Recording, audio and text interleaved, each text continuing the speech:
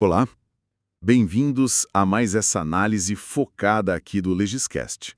Hoje, nosso mergulho é numa parte assim super importante da Constituição de 88, o artigo 5º.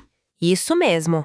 Mais especificamente, olha, os incisos 22 até o 67. É bastante coisa, né? Mas é crucial. E muito relevante, viu? Principalmente para quem tá aí na batalha dos concursos. Essa parte do artigo 5º, nossa, cai demais. Cobre, desde direito de propriedade até umas garantias penais processuais bem complexas. Exato. E a nossa missão aqui é justamente essa: tentar destrinchar esses direitos, essas garantias, sabe? Ligar os pontos para facilitar o entendimento e, claro, né, a memorização para as provas. Uhum. A gente está se baseando num material explicativo focado nesses incisos, então, preparados? Vamos começar essa exploração. Vamos lá. É interessante, né? Porque esses incisos, eles tratam de temas bem variados, mas, no fundo, formam todo um sistema de proteção. São cláusulas pétreas, né? O coração ali dos direitos fundamentais. E isso só mostra como é importante conhecer bem. Perfeito. Começando então pela propriedade, né? Incisos 22 a 26. O 22 garante o direito. Ok, mas logo em seguida, o 23 já vem com a função social. Isso quer dizer que não é um direito absoluto, né? Como é que funciona esse equilíbrio na prática? Exatamente. A função social é, o princípio que dá uma modulada no direito de propriedade. Você não pode usar sua propriedade de um jeito totalmente egoísta, né? Ela tem que trazer algum benefício ou pelo menos não prejudicar a coletividade. Entendi. E é nesse contexto que entram figuras como, por exemplo, a desapropriação e a requisição. E olha, é muito importante saber diferenciar as duas. Ah, sim. Esse é um ponto clássico de confusão. Desapropriação, que está lá no inciso 24, é quando o Estado, vamos dizer, toma o bem para ele permanentemente, por necessidade, utilidade pública ou interesse social. Certo. E a indenização tem que ser prévia, justa e em dinheiro. Essa é a regra geral. Isso, prévia, justa e em dinheiro. Agora, a requisição administrativa, lá no inciso 25, é bem diferente. A situação ali é de perigo público iminente. Pensa numa enchente, sabe? Um desastre. Certo. Aí o Estado pode usar o bem particular, mas é temporário. E a indenização só vem depois, ou seja, é ulterior e só se tiver algum dano comprovado. Ah, então a chave é essa diferença no momento da indenização e no motivo. Exato. A natureza, definitiva na desapropriação, temporária na requisição. O motivo, necessidade, utilidade e interesse social versus perigo iminente. E, principalmente, a indenização, prévia versus ulterior e condicional. Gravando isso, não tem erro. Entendido. E tem também a proteção especial para pequena propriedade rural, né? No inciso 26, aquela que a família trabalha. Ela não pode ser penhorada para pagar dívida da própria atividade. Exatamente. É uma proteçãozinha específica para garantir a subsistência da família e a produção de alimentos. As bancas adoram isso como pegadinha. Imagino. Bom, fechamos esse primeiro bloco sobre a propriedade física, então. Fechamos. Certo. Mas a Constituição não protege só o bem físico, né? E as ideias? Criações, invenções, isso já nos leva para o próximo grupo de incisos, do 27 ao 32. Propriedade intelectual, herança, até direito do consumidor entra aí. Correto. O inciso 27, ele assegura aos autores o direito exclusivo sobre suas obras, para usar, publicar, reproduzir. E esse direito, olha que interessante, ele passa para os herdeiros, pelo tempo que a lei definir. E o 28 amplia isso. Fala das participações individuais em obras coletivas, da imagem, da voz, inclusive no esporte. E também garante o direito de fiscalizar como a criação está sendo explorada economicamente. E o X29, que fala dos inventos industriais, garante um privilégio temporário. Isso parece ser fundamental para a inovação, né? Sem dúvida, é a base da proteção de patentes. Garante ao inventor um tempo de exclusividade para explorar o invento. Isso incentiva o desenvolvimento tecnológico, econômico, sempre olhando para o interesse social, claro. São direitos que se complementam, né? Faz todo sentido. Aí a gente chega no direito de herança. Inciso 36. Um direito fundamental, garantido. Mas o 31 traz uma situação peculiar. O estrangeiro que faleceu, mas tinha bens aqui no Brasil. A sucessão segue a lei brasileira? É isso? Mas tem uma exceção interessante. Tem sim. E olha, esse é um ponto que exige muita atenção na prova. A regra geral é aplicar a lei brasileira. Ponto. Contudo, se a lei pessoal do falecido, a lei do país dele, né, for mais benéfica para o cônjuge ou para os filhos brasileiros que ficaram aqui, aí sim, aplica-se essa lei estrangeira mais favorável para eles. Ah, que interessante! É uma proteção extra para os dependentes brasileiros, então. Justamente. Ótima observação. E, para a gente fechar esse bloco, o inciso 32 menciona a defesa do consumidor como um dever do Estado. É um comando lá da Constituição, que depois, ganhou vida própria com o CDC. Exatamente. Um direito fundamental que tem uma lei inteirinha só para detalhar ele. Saindo um pouco da esfera patrimonial e entrando mais na relação do cidadão com o Estado, temos os incisos 33 e 34. Acesso à informação e direito de petição. O 33 garante o direito de receber informações dos órgãos públicos, mas tem limites, né? Sim, o acesso à informação é a regra, seja para interesse particular ou coletivo, mas tem exceção. O sigilo, quando ele for imprescindível para a segurança da sociedade e do Estado. É sempre um balanceamento delicado. Certo. E o inciso 33 reforça muito a cidadania ativa. Ele garante a gratuidade de 2 direitos importantíssimos.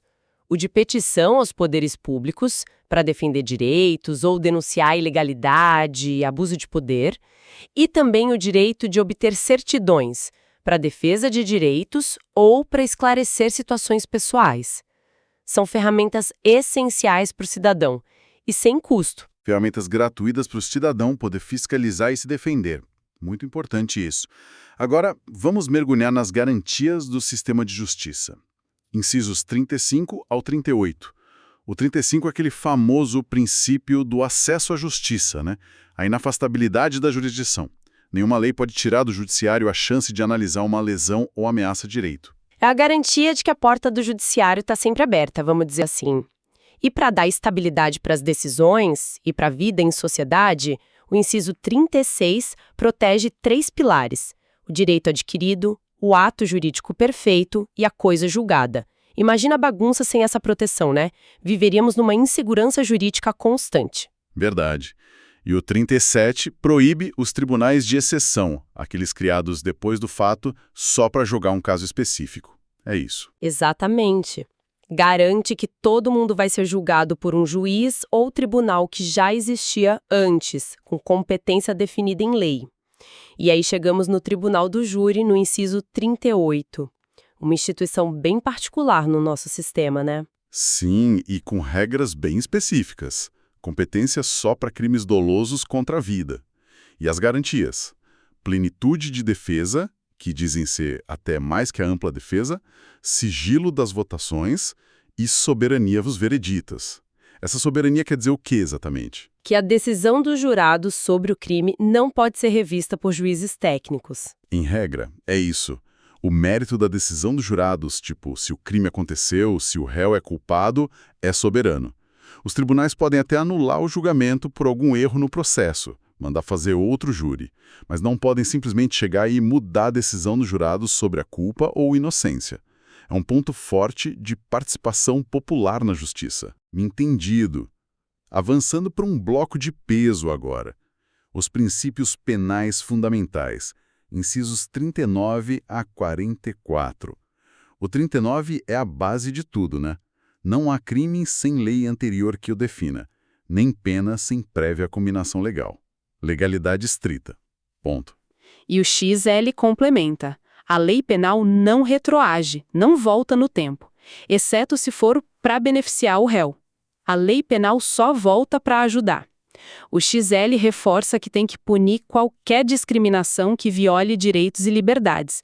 E aí a gente entra naquela listinha de crimes que a Constituição trata com mais rigor. Os inafiançáveis.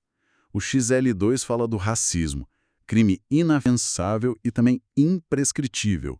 E a pena é de reclusão. O material de apoio até sugere aquele macete. R de racismo igual a reclusão. Ajuda a fixar, né? Depois, no XL3, vem o famoso grupo dos 3TH. Tortura, tráfico ilícito de entorpecentes, terrorismo e os crimes hediondos. Todos esses são inafiançáveis e, além disso, são insuscetíveis de graça ou anistia. Opa, importante essa diferença, insuscetível de graça ou anistia. Quer dizer que não cabe perdão presidencial, a graça, nem uma lei perdoando esses crimes, a anistia. É isso. Exatamente. Muita atenção aqui. O racismo é inafiançável e imprescritível. Os 3TH são inafiançáveis e insuscetíveis de graça ou anistia. São coisas diferentes e as bancas adoram misturar isso. Certo. E ainda tem o XLV. Que trata da ação de grupos armados, civis ou militares, contra a ordem constitucional e o Estado democrático. Esse também é inafiançável e imprescritível, igualzinho ao racismo. Então temos dois imprescritíveis, racismo e ação de grupos armados. Isso. Os mnemônicos ajudam muito aqui. Tem gente que usa ração para lembrar dos imprescritíveis, racismo e ação de grupos armados, e o 3TH para lembrar dos que não têm graça ou anistia. É a Constituição mostrando o quanto considera esses atos graves. Faz todo sentido essa gradação na proteção. Seguindo, vamos falar um pouco sobre as penas e os direitos dos presos, nos incisos XLV-AL. O XLV traz aquele princípio: a pena não passa da pessoa do condenado, mas tem um detalhe sobre a reparação do dano, né? Exato. A pena em si, tipo a prisão, a restrição de direitos, ela é pessoal, intransferível. Mas a obrigação de reparar o dano que o crime causou e a perda de bens, essas podem sim ser estendidas aos sucessores, aos herdeiros, só que tem um limite. Só até o valor do patrimônio que foi transferido pela herança. O herdeiro não paga do bolso dele além do que recebeu. Entendi. Boa explicação. E o XLV lista os tipos de pena que podem existir, né? Prisão, multa, etc. Mas talvez o mais importante para a prova seja o XLV-V, que lista as penas que são proibidas no Brasil. Quais são elas mesmo, para a gente fixar? Vamos lá, as proibidas são pena de morte, salvo em caso de guerra declarada, tá? Tem essa exceção. Penas de caráter perpétuo, de trabalhos forçados, de banimento, que é expulsar a pessoa do país, e penas cruéis. É uma vedação bem clara na Constituição. Vedação importantíssima. E o XLVI fala da individualização da pena. Cumprimento em locais diferentes, conforme o crime, idade e sexo.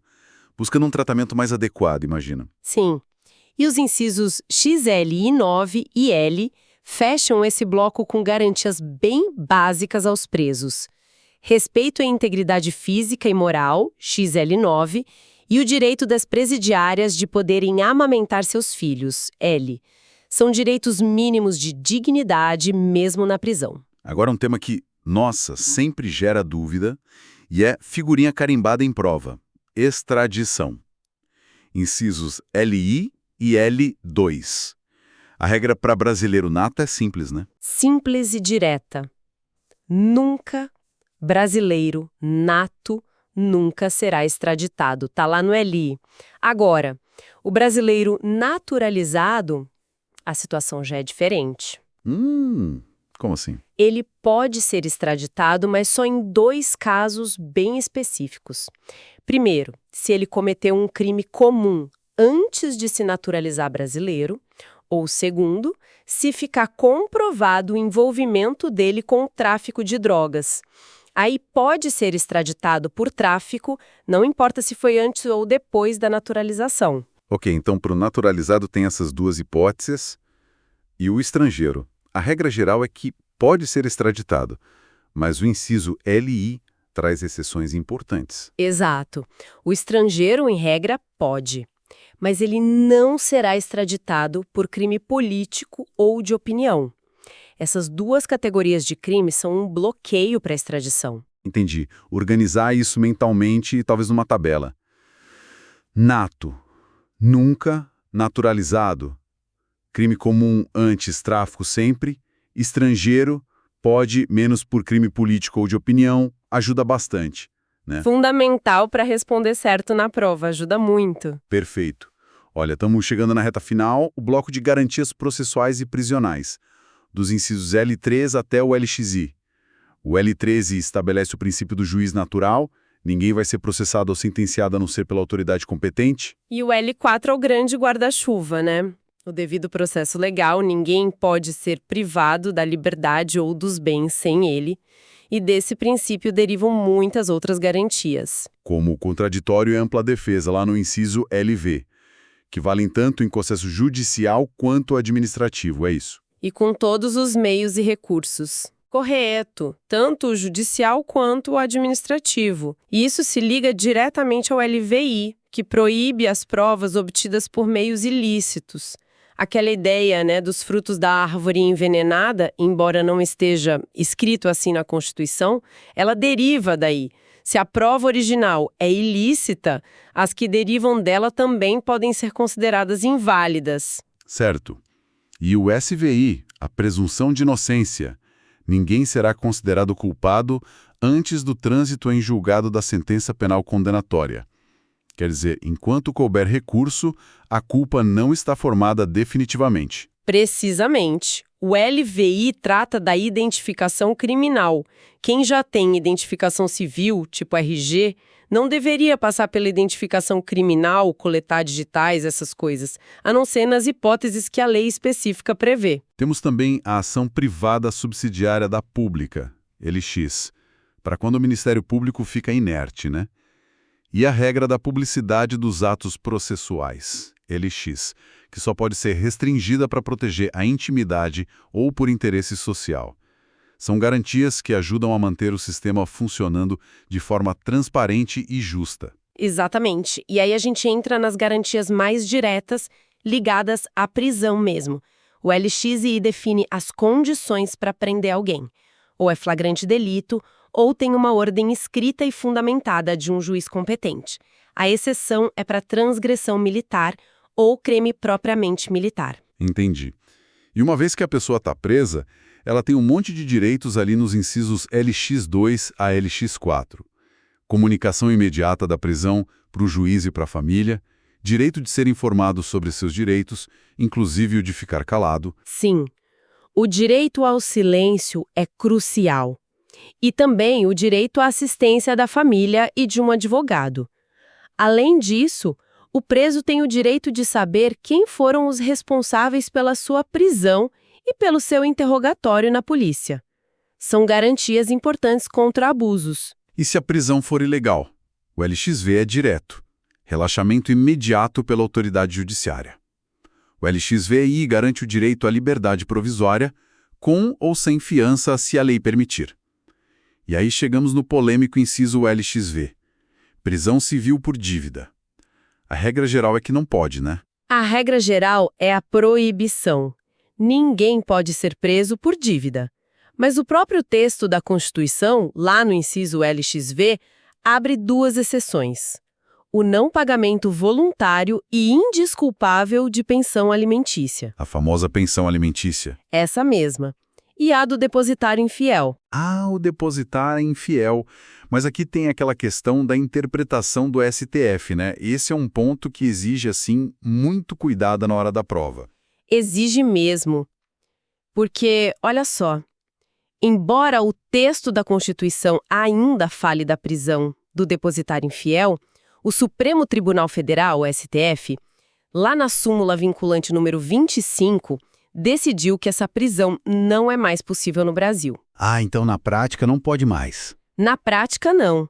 O STF entendeu que os tratados internacionais de direitos humanos que o Brasil assinou, como o Pacto de São José da Costa Rica, proíbem a prisão por dívida, com a única exceção sendo a pensão alimentícia.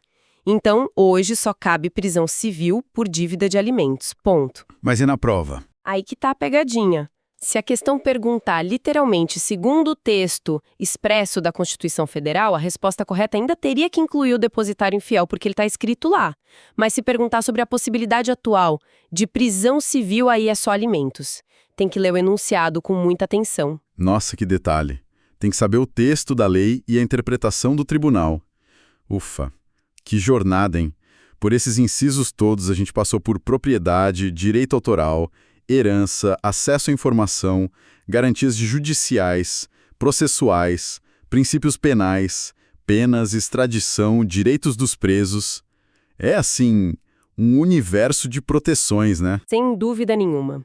E o que fica muito claro é a preocupação do Constituinte de 88 em criar um escudo bem forte para o cidadão contra o arbítrio do Estado e garantir as condições mínimas para uma vida digna, para o exercício da cidadania.